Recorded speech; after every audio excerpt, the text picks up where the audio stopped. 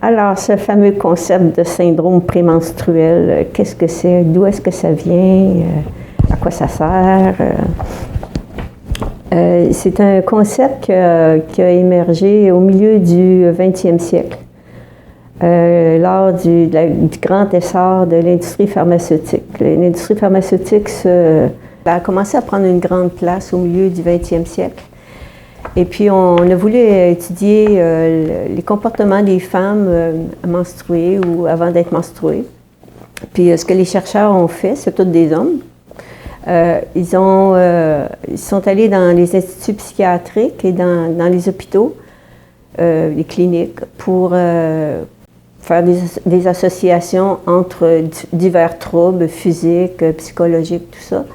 Et le moment du cycle menstruel, pour montrer ce qui se passe aux menstruations. C'est comme ça que ça a commencé, ce concept-là, puis de syndrome prémenstruel. Puis après, dans les années 80, on avait mis au point la progestérone synthétique, l'hormone progestérone. Et on a voulu la mettre en marché. Alors, on a pris deux cas de meurtres de femmes qui avaient tué leur conjoint.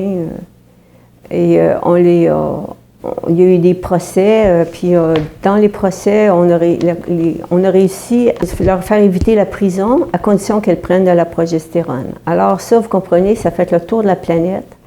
Je ne sais pas si vous vous souvenez, au début des années 80, si vous étiez déjà adulte, vous avez dû voir dans les journaux des articles sur le SPM. Il y en avait dans tous les journaux, au moins un dans chaque journal, des fois 5, 6, 7, chaque année, pour faire la publicité sur le fameux syndrome prémenstruel. Mais ça ne visait qu'à faire vendre la progestérone. Puis il y a eu toutes sortes de manœuvres publicitaires, de toutes sortes, des appels téléphoniques aux femmes. Je ne vais pas trop entrer dans les détails pour vendre ce produit-là.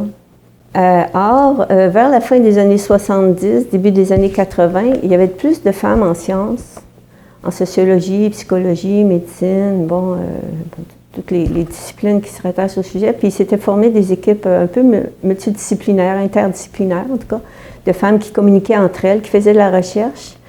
Et elles se sont mises à vraiment remettre en question ce concept-là, en examinant les méthodologies qui avaient été utilisées pour qu'on parle d'un syndrome prémenstruel.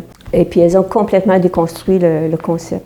Je ne peux pas trop entrer dans les détails parce qu'on rentre dans les méthodologies puis tout ça, mais je vous invite à lire l'article que j'ai écrit « Les menstruations, une occasion spirituelle » qui est paru dans le magazine Vitalité de septembre 2014. Il est sur mon site web. Vous pouvez le lire. Vous pouvez juste cliquer dessus, vous pourrez le lire de façon intégrale. Alors, ça explique, ça donne plus de détails sur ce phénomène-là. Et ce que les femmes en sciences ont découvert, c'est que tout peut être amplifié lors des menstruations ou un petit peu avant les menstruations. Tout problème physique, des douleurs, des problèmes de peau, douleurs dans le dos, eczéma, épilepsie, tout problème de nature psychologique, physique, peut être amplifié lors des menstruations. C'est comme si c'était un révélateur de l'état de la personne, de la femme. Et ce qu'on comprend, c'est que si un déséquilibre ou un problème qui est juste sur le bord, qui est manifesté de temps en temps ou qui ne l'est pas normalement, puis qui est juste en dessous du seuil de manifestation, bien, juste avant les menstruations, il va être un petit peu amplifié, si bien qu'on va le voir, il va être manifesté, il va causer problème. On appelle ça l'exacerbation périmenstruelle. Pourquoi pas prémenstruelle, mais péri, ça veut dire un petit peu avant, un petit peu après. Donc, c'est autour du début des règles que ça se manifeste.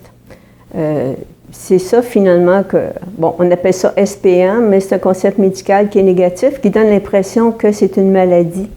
Or, le positif aussi est amplifié. Il y a toutes sortes de changements positifs que les femmes vivent autour du début des règles.